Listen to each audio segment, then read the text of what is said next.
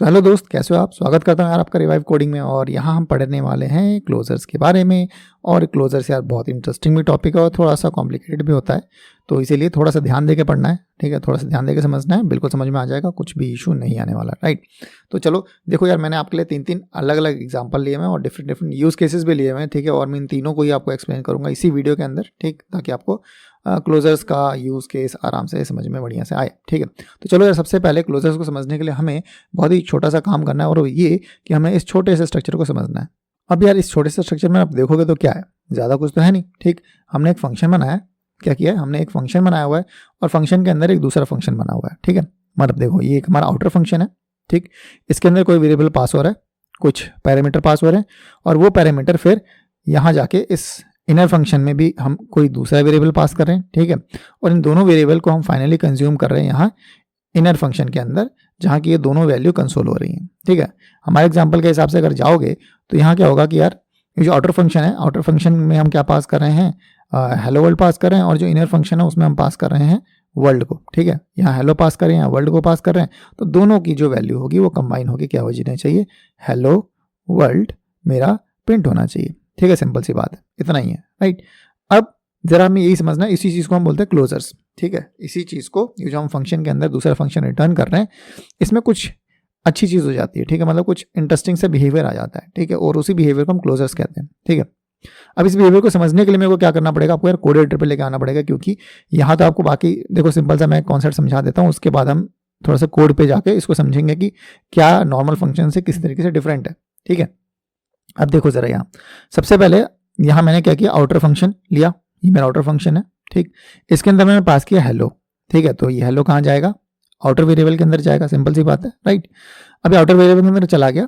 अब यहाँ से हम रिटर्न क्या कर रहे हैं, हम रिटर्न करें एक फंक्शन, तो इस फंक्शन के एग्जीक्यूट होने के बाद यहाँ इस क्लोजर्स एग्जाम्पल में क्या सेव होगा, जो भी हम यहाँ से रिटर्न करते हैं वही सेव होगा। ठीक है, तो हमारे केस में यहाँ ये जो मेरा फंक्शन है, ये जो मेरा फंक्शन मैंने इनर फंक्शन बनाया है, ये जाके कहाँ स्टोर हो जाएगा, इस जगह पर स्टोर हो जाएगा। ठीक है, कहाँ, क्लोजर्स एग्जाम्पल के अंदर। ठीक, अब ये जो मेरा क्लोजर एग्जाम्पल है, कोई वेरिएबल तो रहा नहीं, क्योंकि इसके अंदर हमने क्या स्टोर कराया, ये इनर फंक्शन स्टोर करा दिया। ठीक है, अब इस इनर फंक्शन को एग्जीक्यूट करना पड़ेगा। अगर मेरे को इस क्लोजर एग्जाम्पल की वैल्यू चाहिए, मतलब ये कंसोल की वैल्यू चाहिए, तो हम यहाँ क्या कर रहे हैं, क्लोजर एग्जाम्पल को एग्जीक्यूट कर रहे हैं। ठीक है, तो अब क्योंकि ये मेरा एक इनर फंक्शन है, क्या है, एक इनर फंक्शन है, यहाँ भी मैं एक आर्गुमेंट पास कर रहा हूँ। ठीक है, अब ये आर्गुमेंट कौन सा है, ये जो मैं वर्ल्ड पास कर रहा हूँ यहाँ, ये मेरा क्या हो गया, ये मेरा इसका आर्गुमेंट हो गया इनर फंक्शन का। ठीक है, अब अगर आप यहाँ जाके देखोगे तो यहाँ फिर फाइनली जो आउटर वेरिएबल है और जो इनर वेरिएबल है, ये दोनों प्लस होके मेरे को कंसोल हो जाएंगे। सिंपल है, इतना सही है। मगर थोड़ा ध्यान दो यार, ये तो मेरे को समझ में आ रहा है कि इनर फंक्शन की जो वैल्यू है वो मेरे को यहाँ से मिल रही है। ठीक है, बट आउटर फंक्शन की वैल्यू मेरे को कहाँ से मिल रही है, आप बोलोगे यार यहाँ से मिल रही है। बिल्कुल सही बात है, यहाँ से मिल रही है, बट कैसे। ठीक है, तो ये जो कैसे वाला बिहेवियर है, यहाँ से ये वैल्यू यहाँ तक कैसे पहुँच रही है, क्योंकि ये फंक्शन है। ठीक है, और इस फंक्शन का एग्जीक्यूशन इसी लेवल पे खत्म हो गया है। ठीक, और हमारा जावास्क्रिप्ट क्या कहता है कि जो भी आप फंक्शन डिफाइन करोगे, मतलब जो स्कोप होता है, ठीक है, अब एक बार एग्जीक्यूशन जब इस फंक्शन का हो गया तो इससे रिलेटेड जो भी डेटा बेटा था सब खत्म। ठीक है, अब उसका कुछ नहीं पड़ा। राइट, मगर हमारे केस में हमें क्या दिख रहा है कि ये आउटर वेरिएबल जो है, अभी भी इसकी वैल्यू कहीं ना कहीं मेंटेन है। ठीक है, कहीं ना कहीं इसकी वैल्यू भी मेंटेन है। ठीक, चलो अभी मैं जानता हूँ इसको आपको डायरेक्टली समझ में नहीं आएगा। ठीक है, तो हम क्या करते हैं, इस कोड को लेके जाते हैं अपने कोड एडिटर के अंदर। ठीक है, और वहाँ जाके आपको समझाते हैं कि मैं बोलना क्या चाहता हूँ। ठीक, यहाँ आओ, और यहाँ मैं इस फंक्शन को आपको एज इट इज़ दे रहा हूँ। राइट, और अगर मैं रन करूँ आपके लिए तो ये प्रिंट क्या कर रहा है, मेरे को हेलो वर्ल्ड प्रिंट कर रहा है। क्यों, क्योंकि सबसे पहले मैंने एज एन स्ट्रिंग यहाँ हेलो कॉमा स्पेस पास किया था। ठीक है, और दूसरे बाद मैंने क्या किया, ये जो मेरा इनर फंक्शन है, ठीक है, इसके अंदर मैंने क्या पास किया, वर्ल्ड पास किया। ठीक है, अब मैं बताता हूँ कि भाई ये अलग क्या है इसमें। ठीक है, यहाँ देखो, पहली बात तो हम ये मान के चलते हैं कि हम सबसे पहले एग्जीक्यूट कर रहे हैं इस वाले फंक्शन को, इस वाले ब्लॉक को। ठीक है, तो मैंने इसको जैसे एग्जीक्यूट किया तो इस क्लोजर एग्जाम्पल के अंदर क्या सेव होना चाहिए, इस क्लोजर एग्जाम्पल के अंदर सेव होना चाहिए ये वाला फंक्शन जो यहाँ से रिटर्न हो रहा है। ठीक है, तो एक काम करते हैं ना, इसी फंक्शन को यहाँ से कॉपी कर लेते हैं। क्या करते हैं, इस फंक्शन को यहाँ से हम क्या करते हैं, कॉपी करते हैं, और फिलहाल के लिए इस पूरे फंक्शन को बंद कर देते हैं, और यहाँ हम डाल देते हैं इस वाले इनर फंक्शन को। ठीक है, यही जो यहाँ से रिटर्न हो गया वो जाके यहाँ सेव हो जाएगा। तो हमने भी वही किया, हमने कुछ और तो किया नहीं, हमने जाके इस फंक्शन को उठा के यहाँ रख दिया। सिंपल है, कुछ नहीं किया और राइट। अब अगर मैं इस क्लोजर एग्जांपल को एग्जीक्यूट करूंगा तो क्या होना चाहिए, तो फिर इसके अंदर जो हम इनर वेरिएबल पास कर रहे हैं इस फंक्शन के अंदर, ठीक है, तो थोड़ा छोटा करता हूँ, ठीक है, तो इस इनर फंक्शन के अंदर अब जो मैं इनर वेरिएबल पास कर रहा हूँ ये तो यहाँ आ जाएगा, ठीक। बट अब मैं इसको रन करूँ अगर, तो आप देखो यहाँ एरर आ गया, ठीक है। क्यों आया एरर? एरर इसलिए आया क्योंकि ये बोल रहा है कि चलो भाई ठीक है, आप ये तो बोल रहे हो कि ये फंक्शन का एग्जीक्यूट करना है और इसमें कंसोल करना है अपने को आउटर और इनर वेरिएबल, मगर ये आउटर वेरिएबल कहाँ से आ रहा है, आउटर वेरिएबल कहाँ है, ठीक। हमने यहाँ से रिटर्न क्या किया है, हमने यहाँ से सिर्फ और सिर्फ ये फंक्शन रिटर्न किया, ठीक है, तो मैंने फंक्शन को यहाँ रख दिया एज इट इज। अब हमने यहाँ इस आउटर वेरिएबल को तो रिटर्न ही नहीं किया, क्या नहीं किया अपन ने यहाँ इस फंक्शन में आउटर वेरिएबल को तो रिटर्न ही नहीं किया, ठीक है। तो इसकी वैल्यू यहाँ इस फंक्शन के अंदर, इस आउटर फंक्शन के अंदर कैसे एक्सेस हो रही है, ठीक है। तो इसी बिहेवियर को जावास्क्रिप्ट में कहा जाता है क्लोजर्स, क्या बोलते हैं, क्लोजर्स बोलते हैं, ठीक। अब क्लोजर्स क्या करता है, अब थोड़ा सा इस पर दोबारा आते हैं, ठीक है, इसी फंक्शन में दोबारा आते हैं और जरा सा इसको देखते हैं कि ये हो क्या रहा है, ठीक है। तो हो ये रहा यार इस समय पे कि जैसे ही हमने इस पहले वाले फंक्शन को एग्जीक्यूट किया, जैसे ही मैंने इस वाले फंक्शन को एग्जीक्यूट किया, ठीक है, तो हुआ ये कि भाई एक, मान लो ये मेरी मेमोरी है, क्या मेरी है, ये मेरी टेम्परेरी मेमोरी है, हमारे केस में इसको हम कहते हैं रैम, राइट। तो इस मेमोरी के अंदर एक लोकेशन पे जाके ये आउटर नाम का वेरिएबल सेव कर दिया गया, क्या कर दिया गया, इस आउटर वेरिएबल को यहाँ सेव करा दिया गया, ठीक है। अब इस आउटर वेरिएबल में जो भी वैल्यू है वो क्या है, इस जगह पर सेव है, ठीक। और ये है कहाँ, ये है इस वाले स्कोप के अंदर, यहाँ जहां आपको कोई वेरिएबल नहीं दिख रहा वहां जाके ये वेरिएबल एक वेरिएबल बन जाता है। और अब मेरे इस इनर फंक्शन को, ठीक है, इस इनर फंक्शन को भी इस बात की इंफॉर्मेशन हो जाती है कि कुछ ऐसा आउटर वेरिएबल नाम का मेमोरी में स्टोर हुआ है, ठीक है। क्या हुआ है, ये आउटर वेरिएबल नाम का कोई वैल्यू है जो कि अपना मेमोरी में सेव हुआ है, ठीक है। अब ये किसको जाकर पता चल जाता है, इस इनर फंक्शन को पता चल जाता है। और इस जगह पर जब आप देखोगे, क्योंकि यहाँ से रिटर्न क्या हुआ था, बस एक फंक्शन रिटर्न हुआ था, अगर हमने अभी देखा कि भाई अगर मैं सिर्फ उस फंक्शन को एग्जीक्यूट करूँ तो मेरा हेलो वर्ल्ड कभी प्रिंट नहीं हो सकता, राइट, नहीं हो सकता। मगर क्योंकि अब हमारे पास ये आउटर वेरिएबल नाम की भी जो मेमोरी थी वो भी है, किसके पास, इस इनर फंक्शन के पास वो मेमोरी है कि भाई यहाँ आउटर वेरिएबल में क्या आया था, ठीक है। इसकी वजह से होता यह है कि हम जब इस क्लोजर्स एग्जाम्पल को एग्जीक्यूट करते हैं, मतलब ये वाला फंक्शन एग्जीक्यूट होता है, भले ही इसको नहीं पता, इसको भले ही अगर आप डायरेक्ट देखोगे तो आपको लगेगा कि यार इसको नहीं पता हो सकता कि आउटर वेरिएबल की वैल्यू क्या है, ठीक है। मगर because of this closures property, ठीक है, ये क्या होता है, इसको पता होता है कि ये जो आउटर वेरिएबल है इसमें हमने पहले एक वैल्यू पास की थी और उसकी वैल्यू क्या थी, राइट। और इसी प्रॉपर्टी को, इसी जावास्क्रिप्ट की प्रॉपर्टी को हम कहते हैं क्लोजर्स, ठीक है। इस वाले फंक्शन को इस आउटर वेरिएबल का पता है, इवन दो ये वाला जो फंक्शन है आउटर फंक्शन है ये पूरी एक बार एग्जीक्यूट हो चुका है, मतलब ये खत्म हो चुका है, ये वाला फंक्शन अभी खत्म हो गया है, ठीक है। ये वाला जो फंक्शन है ऊपर वाला ये खत्म हो गया है, इसका एग्जीक्यूशन कंप्लीट हो चुका है। उसके बाद भी इस वाली जो वैल्यू को जो हमने एज एन आर्गुमेंट यहाँ पास किया था उसको स्टोर करके रखा गया है। कहाँ रखा गया है, किसने रखा है, इस इनर फंक्शन ने रखा अपने पास, ठीक है। तो इसी को हम बोलते हैं, इसी प्रॉपर्टी को बोलते हैं क्लोजर्स, ठीक है। अब क्लोजर्स का फायदा क्या है और इस फायदे को हम समझेंगे 3 डिफरेंट एग्जांपल लेंगे, ठीक है। तो यार पहले तो हम किसी तरह का प्राइवेट वेरिएबल बनाना चाहते हैं, ठीक है, प्राइवेट वेरिएबल बनाना चाहते हैं तो सबसे पहले उसके लिए हम क्लोजर्स का यूज करते हैं, ठीक है। दूसरा केस, अगर मेरे को कोई स्टेट को मेंटेन करके रखना है, ठीक है, अगर मेरे को स्टेट को मेंटेन करके रखना है तो मैं उसके लिए क्लोजर्स का यूज करता हूं। और तीसरा, अगर मेरे को as an callback function use करना है, ठीक है, एज एन कॉलबैक फंक्शन, कोई ऐसा फंक्शन जिसको मैं जानता हूं कि यार इसमें टाइम ज़्यादा लगने वाला है, ठीक है, तो मैं उसको एसिंक्रोनस तरीके से एग्जीक्यूट कराना चाहता हूँ, ठीक है, तो उसके लिए भी मैं क्लोजर्स का यूज़ करता हूँ, ठीक है। तब पहले तो यार ये 3 मैंने बोल दिया कि ये 3 एग्जांपल्स हैं या यूज़ केसेस हैं, ठीक। तो सबसे पहले ये समझते हैं कि प्राइवेट वेरिएबल्स मतलब क्या, ठीक है। नहीं, यहाँ देखो ये मेरा फंक्शन है, ठीक है, और यहाँ बेसिकली मैंने एक काउंटर क्रिएट कर रहा हूँ। क्या क्रिएट कर रहा हूँ मैं, यहाँ एक काउंटर क्रिएट कर रहा हूँ, ठीक है। अब ये काउंटर कर क्या रहा है इसको देखते हैं। तो हमने एक सिंपल सा फंक्शन बनाया काउंटर नाम से, ठीक है, और इस फंक्शन के अंदर हम एक दूसरा फंक्शन रिटर्न कर रहे हैं, ठीक। तो मतलब यहाँ क्लोजर्स वाली प्रॉपर्टी फॉलो हो सकती है, राइट। और हमने यहाँ क्या किया, हमने यहाँ एक काउंट डिफाइन किया। क्या डिफाइन किया, हमने काउंट डिफाइन किया और इस काउंट की वैल्यू क्या है, 0। काउंट की वैल्यू इनिशियली हमने 0 रखी और उसके बाद हमने रिटर्न किया। रिटर्न में हमने क्या किया कि भैया ये जब भी फंक्शन इनर फंक्शन कॉल होगा तो क्या करना है, जो भी काउंट की वैल्यू है उसको प्लस प्लस कर दो, मतलब अगर 0 है तो 1 कर दो, अगर 1 है तो 2 कर दो, 2 है तो 3 कर दो और 3 है तो 4 कर दो, सिंपल सी बात है, ठीक है। तो इसमें जो भी हमारे पास यहाँ वैल्यू है काउंट की प्रेजेंट में, उसको क्या करो, प्लस प्लस करते जाओ, ठीक। फिर फाइनली जो भी हमारी काउंट की वैल्यू होगी उसको एग्जीक्यूट कर दो, मतलब उसको कंसोल करा दो, प्रिंट निकाल दो उसकी, ठीक है। बस यहाँ एक सिंपल सा आपको काम हो रहा है, राइट। क्लियर है इतनी बात, तो इसमें तो कोई कन्फ्यूजन नहीं है।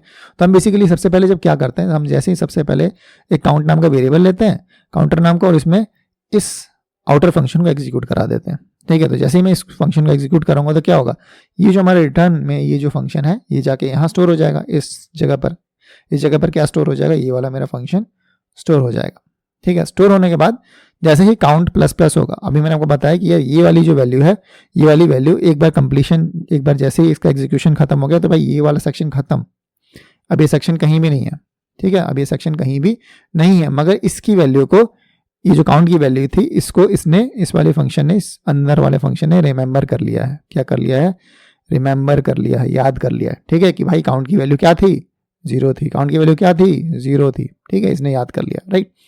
अब इस वाले काउंट से इसका कोई लेना देना नहीं है, इस इनरल फंक्शन को, या फिर मैं सिंपल बोलूँ तो इस काउंटर का, अब ये जो मेरा काउंट हमने यहाँ डिफाइन किया था, इससे अब कोई लेना देना नहीं है। क्यों, क्योंकि इस फंक्शन ने एक काउंट नाम का वेरिएबल अपने पास बना लिया है, इस फंक्शन ने एक काउंट नाम का वेरिएबल अपने लिए बना लिया है, जिसमें इसने जो भी इनिशियल वैल्यू आ रही थी उसको स्टोर करा लिया है, ठीक है। मतलब अब इसके पास एक काउंट नाम का वेरिएबल, एक वैल्यू है, एक वेरिएबल है, ठीक है।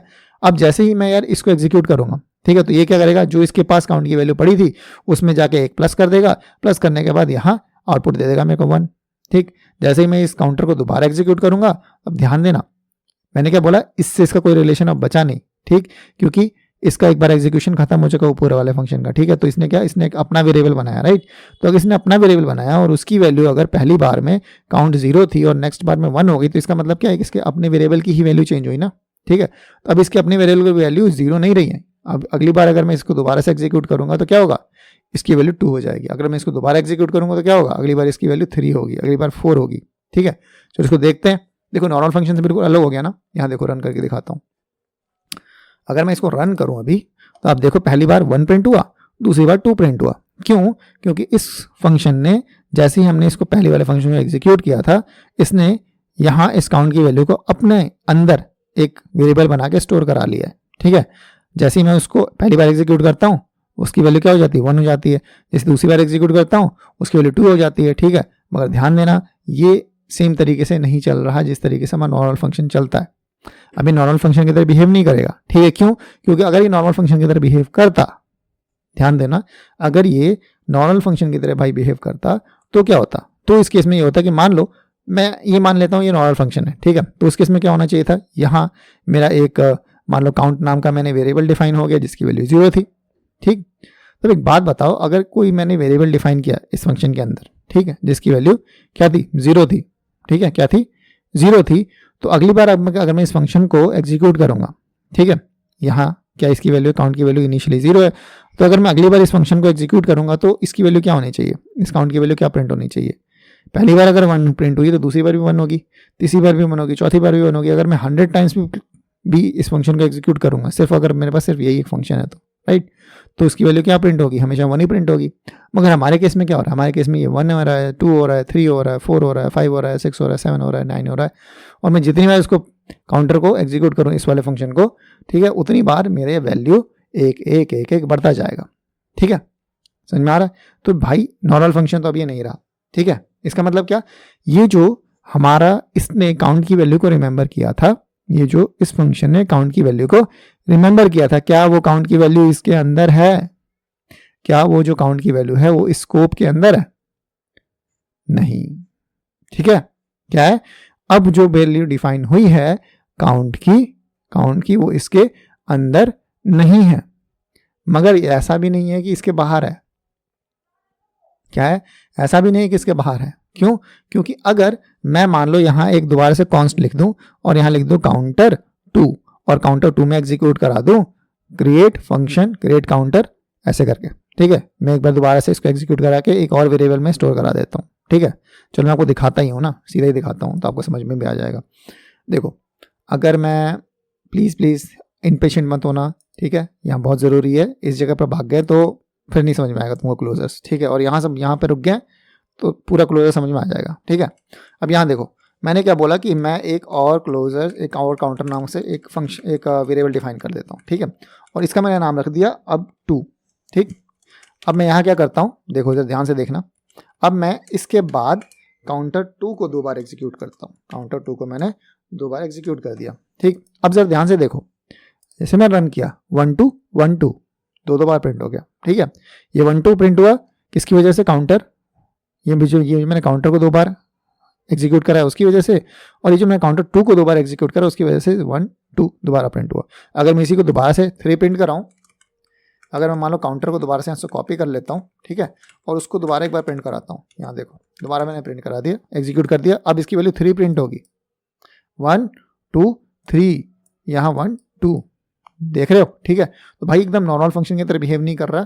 ठीक, और ऐसा भी नहीं है, अब मैंने क्या बोला आपको, मैंने जस्ट आपको ये बोला कि भैया जो इसका वैल्यू है जिसको आप सोच रहे हो, तो भाई पहले तो बात तो ये हमारे क्लियर हो गया कि यार ये इस फंक्शन के अंदर तो एग्जीक्यूट नहीं हो रहा, मतलब ये जो इसकी वैल्यू इसने काउंट की वैल्यू मेंटेन करके रखी हुई है इस फंक्शन के अंदर तो मेंटेन नहीं की। ठीक है, क्योंकि फंक्शन के अंदर अगर मेंटेन की होती काउंट की वैल्यू 0 तो क्या होना चाहिए था, तो ये होना चाहिए था कि अगली बार जैसे ही मैं इस फंक्शन को एग्जीक्यूट करूँ तो अगली बार भी वैल्यू 1 होनी चाहिए थी, अगली बार भी 1 होनी चाहिए थी, जो कि बिल्कुल नहीं हो रहा। ठीक है, अगली बार इसकी वैल्यू बढ़ रही है, इसका मतलब आप दिमाग ये लगाओ कि चलो ठीक है भाई, तो वेरिएबल का जो वेरिएबल है ना वो बाहर जाकर स्टोर हुआ है।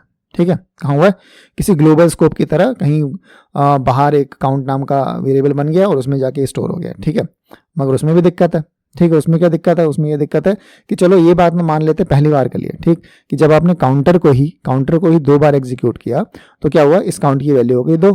ठीक, मगर क्या हुआ जब आपने इस काउंट 2 को एग्जीक्यूट किया, ठीक है, जब आपने काउंट 2 को एग्जीक्यूट किया तब तो ऐसा नहीं हुआ, राइट। तो उस केस में क्या हुआ, उस केस में दोबारा से जो वैल्यू है वो कहाँ से शुरू हुई, 0 से शुरू हुई, फिर 1 पे गई, फिर 2 पे गई, फिर 3 पे गई, इस तरीके से हुआ। ठीक है, समझ में आ रहा है। तो इसका मतलब ये है कि भैया ये जो इसमें काउंट की वैल्यू है ये ग्लोबली तो मैनेज नहीं हो रही। ठीक है, इसका मतलब क्या है, लोकली मैनेज हो रही है। कहाँ मैनेज हो रही है, लोकली मैनेज हो रही है, मतलब इस फंक्शन के अंदर। ठीक है, तो इसका मतलब ये फंक्शन जो आपको दिख रहा है कि भैया पहले हमने जैसे एग्जीक्यूट किया ये फंक्शन पूरा खत्म हो गया, अब ये फंक्शन खत्म हुआ नहीं है। ठीक है, इसका स्कोप अभी भी बाकी है, एज इट इज बाकी है। ठीक, और ये जो वैल्यू है काउंट नाम की जो वैल्यू है ये कहाँ मेंटेन हो रही है, इस फंक्शन के अंदर मेंटेन हो रही है। कहाँ मेंटेन हो रही है, इस फंक्शन के अंदर मेंटेन हो रही है। ठीक है, तो यहाँ एक स्कोप बचा हुआ है, ठीक, जो इनविजिबल हो चुका है। ठीक है, और इसी मैजिकल प्रॉपर्टी को हम कहते हैं क्लोजर्स। इसी को हम क्या बोलते हैं, जावास्क्रिप्ट में क्लोजर्स बोलते हैं। ठीक है, अब इस वजह से आपने क्या किया, पहली चीज तो आपने ये देख ली कि यार पहला हमने क्या किया, पहले हमने इस फंक्शन के लिए अपना एक इसका प्राइवेट वो बना दिया। ठीक है, तो अब देखो ये जो मेरा फंक्शन है, अब मैंने बोला कि प्राइवेट वैल्यूज क्यों बन रही है। ठीक है, प्राइवेट वेरिएबल कैसे बन रहा है, जैसे आपने इस फंक्शन को एक बार एग्जीक्यूट किया और उसको एक वेरिएबल में स्टोर कराया, तो इसके लिए जो वेरिएबल है वो अलग मैनेज हो रहा है, इसका काउंट नाम का जो वैल्यू है वो अलग मैनेज हो रहा है, इसका काउंटर 2 का जो वैल्यू है वो अलग मैनेज हो रहा है, अगर मैं काउंटर 3 बना दूं तो उसका काउंट अलग मैनेज हो रहा है, सबका काउंट अलग अलग मैनेज हो रहा है। ठीक है, सेम फंक्शन से हमने काम किया बट वो काउंट अलग अलग मैनेज हो रहा है। ठीक है, मतलब इसका इससे कोई रिलेशन नहीं, इसका अलग से, इसका दूसरे से कोई रिलेशन नहीं, तो सबके ये जो काउंट नाम के वेरिएबल है सबके लिए अपना सेपरेट है, प्राइवेट है। ठीक है, तो इसीलिए हम बोलते हैं कि भैया सबसे पहले तो हम प्राइवेट वेरिएबल्स डिफाइन करने के लिए क्लोजर्स का यूज करते हैं। ठीक है, पहली चीज तो ये हो गई। दूसरी चीज हमने जो देख ली भैया स्टेट मैनेजमेंट। ठीक है, कि भैया अपने स्टेट को भी मैनेज करके रखता है। ठीक है, मतलब जैसा कि हमने देखा था अभी यहाँ। ठीक है, हमने यहाँ क्या देखा कि यार ये जो है, ये जो काउंटर है ये अपनी एक अलग स्टेट मैनेज करके चल रहा है, मतलब ये जो काउंट की वैल्यू ये अलग ही चल रही है। ठीक है, इसकी जो काउंट की वैल्यू वो अलग ही चल रही है। ठीक, इसकी जो काउंट की वैल्यू अलग ही चल रही है, और हम ये क्यों बोल रहे हैं स्टेट मैनेज करके चल रहा है, स्टेट मैनेज करके इसलिए चल रहा है क्योंकि जैसे ही मैं इसको अगली बार एग्जीक्यूट करता हूँ, ठीक है, तो वो दोबारा 0 से नहीं शुरू करता, वो अगली बार क्या करता है, जहां हमने उसको छोड़ा था वहीं से शुरू करता है। ठीक है, और इसी को हम बोलते हैं स्टेट मैनेजमेंट। तो इसका मतलब क्या है कि जो मेरा क्लोजर्स है, क्लोजर्स की वजह से मेरे पास एक ऐसी एबिलिटी आ गई जिससे कि जो मेरी पहली वाली स्टेट है वो बनी रहती है अगले एग्जीक्यूशन तक। ठीक है, वो खत्म नहीं होती। ठीक है, तो हम इसको बोलते हैं भैया स्टेट मैनेजमेंट। ठीक है, और इसका एक बहुत बढ़िया एग्जांपल ये है, इसको मैं आपको दिखाता हूँ और आपको एक्सप्लेन भी करके दिखाता हूँ। ठीक है, इसको हम खत्म करते हैं, इसको हटाते हैं, या इस एग्जांपल को लेके आते हैं। यहाँ देखो, ये मेरा क्या हो गया, क्रिएट इंक्रीमेंटर नाम से मैंने एक फंक्शन बनाया है और इस इंक्रीमेंटल फंक्शन के अंदर हम कुछ पास कर रहे हैं, ठीक। और जो हम पास कर रहे हैं वो क्या है, मान लो मैं कोई वैल्यू यहाँ से पास करूँगा स्टेप के अंदर, ठीक। इसके अंदर मैं कोई स्टेप के अंदर कोई वैल्यू पास करूँगा और वो जो वैल्यू होगी वो क्या करेगी, जो भी मेरे काउंटर की वैल्यू है उसमें ऐड हो जाएगी और फिर फाइनली जो हम कंसोल कराएंगे वो काउंट की वैल्यू में क्या अपने को मिलेगा, count plus step, count plus step. जो भी वैल्यू बनेगी वो मेरे को कहाँ मिलेगी, इस काउंट के अंदर कंसोल हो जाएगी, मतलब प्रिंट होगी, ठीक है। सिंपल है। अगर मैं इसको रन करूँ आपके लिए, बट फिलहाल रन नहीं करता, फिलहाल हम आगे बढ़ते हैं ताकि आपको समझ में आए। अब देखो यहाँ हम क्या कर रहे हैं, हम यहाँ एक कॉन्स्ट बना रहे हैं इंक्रीमेंट बाय 2 और इस केस में हम क्या कर रहे हैं, इस क्रिएट इंक्रीमेंट फंक्शन के अंदर हम पास कर रहे हैं 2। तो पहली बार मैंने पास क्या किया, 2 पास किया। इसका मतलब जो मेरा ऐसे कंसोल होगा वो क्या होगा, 0 + 2 इक्वल टू क्या होगा भाई, इसकी वैल्यू हो जाएगी 2, राइट।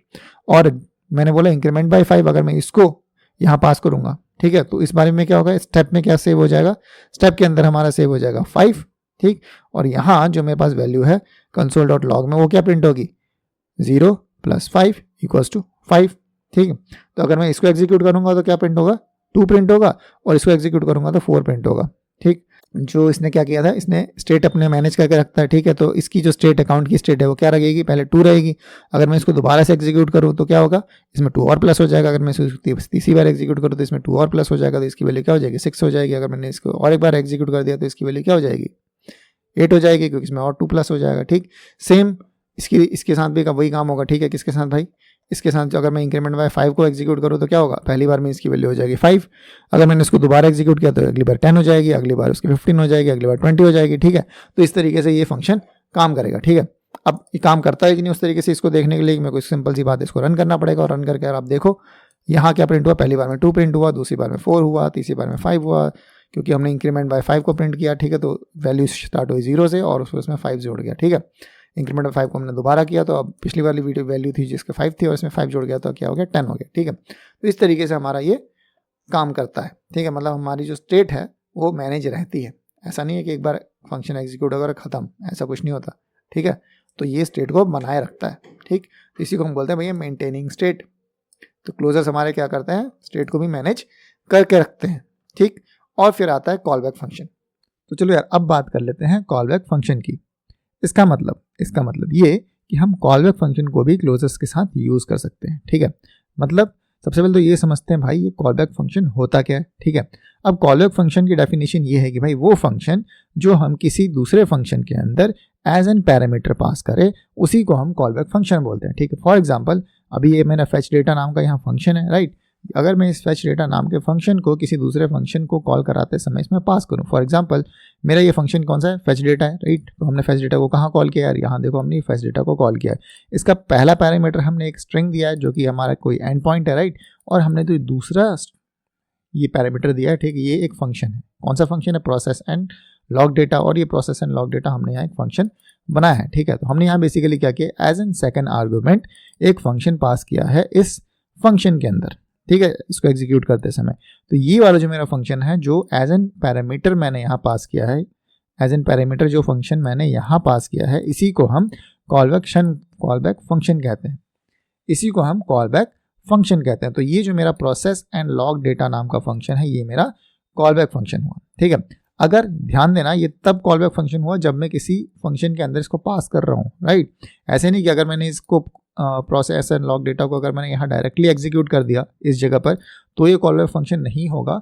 जब मैं इसको किसी फंक्शन के अंदर पास करूंगा तभी ये फंक्शन एक कॉल बैक फंक्शन की तरह बिहेव करेगा, एल्स नहीं करेगा, ठीक है। पहली बात तो ये, ठीक। तो इसका मतलब कॉल बैक फंक्शन कब बनेगा, जब मैं इस फंक्शन को किसी दूसरे फंक्शन के अंदर एज एन पैरामीटर पास करूंगा। पहली बात तो बिल्कुल क्लियर रखो, ठीक। अब हम इस फंक्शन में क्या कर रहे हैं, हम इसमें ये कर रहे हैं कि भाई सबसे पहले तो हमने यूआरएल पास किया, राइट। और इसके बाद जैसे कि हम क्लोजर्स में पिछले सारे एग्जांपल्स में कर रहे थे कि हमने भाई यहाँ से एक फंक्शन रिटर्न किया, ठीक है। तो अगर आप देखोगे तो सेट टाइम आउट के बाद ये वाला फंक्शन एग्जीक्यूट हो जाना चाहिए, ठीक है। हम क्या कर रहे हैं, हमने एक फंक्शन बनाया और फिर हमने सेट टाइम आउट का यूज़ किया, ठीक। अब जावास्क्रिप्ट में जो सेट टाइम आउट होता है, ठीक है, ये एक इंटरनल फंक्शन है जो कि मेरे को जावास्क्रिप्ट प्रोवाइड करती है, ठीक। अब इसका काम क्या होता है, इसका काम ये होता है कि भाई एक पर्टिकुलर इंटरवल के बाद कुछ अगर मेरे को एग्जीक्यूट करना है तो उसको मैं सेट टाइम आउट फंक्शन के अंदर डाल देता हूँ, ठीक है। अब ये जो सेट टाइम आउट फंक्शन है ये बेसिकली अपने को खुद जावास्क्रिप्ट प्रोवाइड करता है। इसका मतलब क्या हो गया यार, सेट टाइम आउट जावास्क्रिप्ट का एक इंटरनल फंक्शन है, राइट। अब इसका काम क्या होता है, इसका काम ऐसा ही है, मान लो कि आप चाहते हो कि अभी से 1 घंटे बाद भाई एक अलार्म बजे, ठीक है, और वो अलार्म किसका हो, छुट्टी का अलार्म हो, राइट। आप कुछ ऐसा चाहते हो तो आप क्या करोगे, आप सेट टाइम आउट में यहाँ जाके इस जगह पर टाइम दे दोगे, भाई कितने टाइम बाद मेरे को कुछ चीज़ करानी है, ठीक है। तो for example here we have छुट्टी, ठीक है। तो अगर मेरे को इस तरह का कुछ कंसोल कराना तो मैं लिख दूंगा console.log हेयर वी हैव छुट्टी एंड देयर, इस जगह पर मैं यहाँ टाइम दे दूंगा, ठीक है। अब आपको जो यहाँ 1000 दिख रहा है, इसका क्या मतलब है, इसका मतलब है ये 1000 का मतलब 1000 मिली सेकेंड, ठीक। इसका मतलब ये हुआ कि 1000 मिली सेकेंड मिलकर 1 सेकंड बनाते हैं, ठीक है। तो ये जो आपको यहाँ 1000 दिख रहा है, इसका मतलब हो गया 1 सेकंड, ठीक। तो अगर आपको ये 60 सेकंड करना होगा तो आपको क्या करना पड़ेगा, आपको यहाँ मल्टीप्लाई कर दोगे 60 से, राइट। अगर मेरे को इसमें फिर और मान लो 24 घंटे ऐड करने होंगे, ठीक है। तो मैं क्या करूँगा, अब मैंने जैसे इसको मल्टीप्लाई किया 60 से तो क्या बने 60 सेकंड हो गया। अब मैं इसको अगर घंटे में चेंज करना है तो मेरे को क्या करना पड़ेगा, फिर इसमें 60 से मल्टीप्लाई करना पड़ेगा, जिससे वो मिनट में चेंज हो जाएगा, ठीक। और फिर मैं जब उसको, अगर मैं उसको घंटे में अब चेंज कर दूँ, अपने 60 मिनट से मल्टीप्लाई कर दे तो 1 घंटा हो गया। अगर मैं इसको 24 से मल्टीप्लाई कर दूंगा तो क्या हो जाएगा, वो 1 दिन हो जाएगा, ठीक है। तो इस तरीके से आप यहाँ जो टाइम है वो सेट कर सकते हो, ठीक। कोई बात नहीं, अगर आपको ये चीज़ नहीं अभी समझ में आई तो आपको जैसे ही हम आगे इसको प्रैक्टिस कर रहे होंगे तो आपको सारी चीज़ें समझ में आ जाएगी, ठीक। तो बेसिकली हमने यहाँ क्या किया यार, हमने एक सेट टाइम आउट नाम का फंक्शन बनाया जिसका काम ये है कि भाई कुछ समय बाद मैं इस चीज़ को एग्जीक्यूट कराऊंगा, ठीक है। अब इस चीज़ में हमने क्या बनाया, हमने एक सिंपल सा कॉन्स्ट नाम का डेटा बनाया और इसके अंदर मैंने एक ऑब्जेक्ट लिया है और इस ऑब्जेक्ट के अंदर मैंने ये रिजल्ट नाम का की लिया है और इसके अंदर मैंने ये स्ट्रिंग सेव करा दिया है, ठीक है, सम डेटा फ्रॉम URL। और URL कहाँ से आ रहा है, ये मेरे को यहाँ से मिल रहा है, ठीक है, सिंपल है, राइट। अब इसके बाद जैसे ही मेरे पास ये डेटा मिल जाता है, मैं क्या करा रहा हूँ, इस फंक्शन को कॉल बैक करा दे रहा हूँ। मतलब ये वाले जो मैंने कॉल बैक फंक्शन यहाँ से एज एन आर्गुमेंट पास किया था, इसमें ये वाला डेटा पास कर दे रहा हूँ एज एन पैरामीटर। तो ये वाला जो मेरा डेटा है वो कहाँ चला जाएगा, वो इधर चला जाएगा, इधर, ठीक है। और इधर जाने के बाद हमारा कंसोल में प्रिंट होगा प्रोसेसिंग डेटा और डेटा डॉट रिजल्ट के अंदर जो भी वैल्यू आएगी। तो डेटा डॉट रिजल्ट के अंदर क्या वैल्यू आएगी, some data from this URL, ठीक है। तो इस तरीके से आएगा। अब इसको देख लेते कॉपी करके, भाई ये एग्जीक्यूट होता है तो अपने को क्या मिलता है, राइट। तो अब मैं अगर यहाँ आऊँ और यहाँ जाके इस प्रोग्राम को आपको एग्जीक्यूट करके दिखाऊँ तो देखो सबसे पहले तो क्या हुआ, जैसे मैं इसको रन करूँगा अब क्या होगा, यहाँ प्रिंट हो गया, ठीक है। और क्या प्रिंट हुआ, इसमें प्रिंट हुआ कि भैया processing data some data from this URL, ठीक है। तो चलो यार, अब हम सबसे पहले इस फंक्शन के एग्जीक्यूशन को समझ लेते हैं, ठीक है। अब यहाँ हुआ क्या, यहाँ ये हुआ कि भाई जैसे ही fetch डेटा नाम का फंक्शन हमने यहाँ कॉल किया, ठीक है, हमने सबसे पहले इसमें एक आर्गुमेंट पास किया, ठीक है। क्या पास किया, ये आर्गुमेंट हमने यहाँ से पास किया, ठीक। अब ये जब हमने इसमें एक आर्गुमेंट पास किया, उसकी वजह से हुआ क्या, उसकी वजह से हुआ ये कि भाई ये जो मैंने जो सबसे पहला आर्गुमेंट पास किया ये मेरा ये था, ठीक है, ये मेरा URL था, ये कहाँ चला गया, ये चला गया इस URL की जगह पर, ठीक। और उसके बाद फिर दूसरा आता है भाई मेरा कॉल बैक फंक्शन, ठीक। तो इसके बाद जो यहाँ मैंने एक फंक्शन इसके बाद पास किया था, वो फंक्शन मेरा कहाँ आ गया, वो मेरा इस जगह पर आ गया, ठीक। और ये जो मेरा सेकंड फंक्शन था, ये कौन सा फंक्शन था, प्रोसेस एंड लॉग डेटा था। इसका मतलब ये process and log data as an call back function मेरा इधर चला गया, ठीक है। तो ये मेरा हो गया, ये जो मेरा फंक्शन ये मेरा हो गया, कौन सा फंक्शन हो गया, ये मेरा हो गया कॉल बैक फंक्शन, ठीक। तो अब ये कॉल बैक फंक्शन की तरह बिहेव करेगा। अब यहाँ हुआ क्या, जैसे ही मैंने इस कोड को एग्जीक्यूट किया तो अब इसने बोल दिया कि भाई एक काम करो, ये जो मेरा सेट टाइम आउट वाला ब्लॉक है इसको 1 सेकंड बाद चलाना है। कितने सेकंड बाद चलाना है, इसको 1 सेकंड बाद चलाना है, ठीक है। तो मतलब 1 सेकंड वेट करो, ठीक। तब तक क्या करो कि भाई आगे जितना भी आपने कोड लिखा होगा उन सबको एग्जीक्यूट कर लो और 1 सेकंड बाद आना और 1 सेकंड बाद आने के बाद इस कोड को एग्जीक्यूट कर देना, ठीक है। सिंपल ये चीज़ होती है, राइट। अब यहाँ जब ये चीज़ हुई तो फिर क्या हुआ, फिर ये हुआ कि यार जैसे ही 1 सेकंड कंप्लीट हुआ उसके बाद मेरा ये वाला फंक्शन एग्जीक्यूट हो गया। इसके अंदर ये मेरा डेटा था, ठीक है। और इस डेटा के अंदर मैंने क्या प्रिंट कराना था, मेरे को इस रिजल्ट नाम के की के अंदर ये वाला डेटा स्टोर कराना था, ठीक है। अब ये जो सम डेटा फ्रॉम, ये तो मेरा एक सिंपल सा स्ट्रिंग है, ये क्या मेरा सिंपल सा स्ट्रिंग है, राइट। बट ये जो मेरे पास URL है ये मेरे को कहाँ से मिल रहा है, ये मेरे को ये वाला डेटा यहाँ मिल रहा है ना, ये वाला डेटा मेरे को यहाँ मिल रहा है, ठीक। और इसके बाद ये दोनों जब डेटा जुड़ जाते हैं तो उसके बाद जब ये जो मेरा कंप्लीट डेटा है ये कहाँ चला जाता है, इस कॉल बैक फंक्शन के अंदर चला जाता है। कॉल बैक फंक्शन के अंदर मतलब कॉल बैक फंक्शन कौन सा फंक्शन है, ये मेरा फंक्शन है ये प्रोसेस एंड लॉग डेटा वाला फंक्शन। तो इसके अंदर ये डेटा चला गया इधर, ठीक है। और उसके बाद कंसोल मेरा क्या हो गया, प्रोसेसिंग डेटा प्लस कॉमा डाल के ये जो मेरा डेटा था वो यहाँ प्रिंट हो जाएगा, डेटा डॉट रिजल्ट। तो डेटा डॉट रिजल्ट के अंदर कौन सी वैल्यू है, ये वाली वैल्यू है, ठीक है, सम डेटा फ्रॉम URL। और URL की जो भी वैल्यू होगी वो यहाँ आपको दिख जाएगी, ठीक है। अगर मैं अब इसको एग्जीक्यूट करके आपको दिखाऊं तो आपको यहाँ क्या दिखेगा यार, यहाँ देखो आपको दिख रहा है प्रोसेसिंग डेटा, क्या दिख रहा है आपको, यहाँ दिख रहा है प्रोसेसिंग डेटा एंड उसके बाद यहाँ सारा का सारा उसका डिटेल, ठीक है। तो प्रोसेसिंग डेटा कौन सा पार्ट है, प्रोसेसिंग डेटा मेरे को मिल गया इधर से, ठीक है। और सम डेटा फ्रॉम मेरे को यहाँ से मिला, ठीक है। प्लस ये यूआरएल है, ठीक है। यूआरएल के अंदर जो डेटा था वो कहाँ आ गया, ये आगे आ गया, ठीक है, http examples.api करके, ठीक है। तो इस तरीके से ये मेरा पूरा स्ट्रक्चर प्रिंट हो गया, ठीक। अब एक चीज़ आती है जो आपको कंफ्यूज करेगी, वो होगा कि भैया एक बात बताओ कि यहाँ क्लोजर्स कहाँ यूज़ हुआ, ठीक है। इसमें तो हम अपने को कहीं दिख नहीं रहा क्लोजर्स यूज़ होते हुए, बट यार यहाँ यूज़ हो रहा है, ठीक है। चलो अब समझ लेते हैं क्लोजर्स कैसे यूज़ हुआ। सबसे पहले हम इतना बात तो जानते हैं कि हमने यहाँ इस फेच डेटा को कॉल कराया, राइट। और इसके अंदर हमने पहला आर्गुमेंट ये पास किया, second argument as an call back function pass कर दिया, राइट, ठीक है, ग्रेट। चलो अब यहाँ क्या हुआ कि यार ये वाला जो मेरा ब्लॉक था, ये बिहेव करता है एसिंक्रोनस तरीके से। कैसे बिहेव करता है, एसिंक्रोनस तरीके से, ठीक है। अब एसिंक्रोनस का मतलब क्या होता है, एसिंक्रोनस का मतलब होता क्या है, ठीक है। एसिंक्रोनस का मतलब हो गया कि भैया वेट करो, क्या करो, वेट करो। मतलब कि भाई चलो जब तक मेरा ये वाला काम नहीं हो जाता, मतलब मान लो कि जब तक ये 4 पेशेंट मेरे यहाँ खड़े हैं, ठीक है, जब तक इन 4 पेशेंट का काम नहीं हो जाता तब तक भाई एक काम करो कि तुम वेट करो, ठीक है। और जैसे इन 4 पेशेंट का काम खत्म हो जाएगा तुम आ जाना, ठीक है। ये 4 पेशेंट पहले से लाइन में है, जैसे ही तुम्हारा काम खत्म होगा, इनका काम खत्म हो जाए, वैसे ही तुम्हारी बारी आ जाएगी, ठीक है। तो इसको हम बोलते हैं अवेट फंक्शन, ठीक। तो इसका मतलब क्या करता है भाई, देखो ये वाला जो कोड था वो पहले आया, इस फंक्शन को एग्जीक्यूट करते समय ये वाला कोड आया, राइट। ये वाला कोड आ तो गया बट ये एग्जीक्यूट नहीं हुआ, क्यों, क्योंकि हमने यहाँ 1 सेकंड का डिले डाला है कि भाई इस वाले कोड को 1 सेकंड बाद एग्जीक्यूट करना है, ठीक है, समझ में आया। तो हमने क्या लिखा है कि भैया इस वाले कोड को 1 सेकंड बाद एग्जीक्यूट करना है, ठीक। तो उस समय पे क्या होगा, क्या मेरा ये कोड 1 सेकंड तक यहाँ बैठ के वेट करेगा, नहीं करेगा, ठीक है। तो मेरा कोड क्या करेगा, अब इस वाले पार्ट को एसिंक्रोनस बना देता है। क्या बना देता है, एसिंक्रोनस बना देता है। मतलब बोलता है कि भाई चलो तुम बाद में आना, तब तक हम आगे बढ़ के अपना सारा काम निपटाते हैं, ठीक है, समझ में आया। तो ये वाला कोड जो मेरा है, ये वाला जो मेरा कोड है, ये क्या हो गया, ये हो गया एसिंक्रोनस। ये वाला कोड हो गया मेरा एसिंक्रोनस, और फिर मेरा आगे का कोड एग्जीक्यूट हो गया, और फिर फाइनली 1 सेकंड बाद ये वाला मेरा जो फंक्शन है वो दोबारा से लूप घूम के यहाँ आएगा और चेक करेगा कि भाई ये फंक्शन में अब क्या है, चलो इसको एग्जीक्यूट कर देते हैं, ठीक है। तो फिर ये जाएगा यहाँ डेटा को चेक करेगा। अब देखो डेटा को जब चेक कर रहा था तो इसने बोला कि हमको क्या प्रिंट कराना है, हमको प्रिंट कराना है रिजल्ट और फिर data, some data from URL, ठीक। अब ये यूआरएल की वैल्यू जब ये फंक्शन एग्जीक्यूट हो रहा था तब तक ये वाला जो फंक्शन था वो कंप्लीट हो चुका था।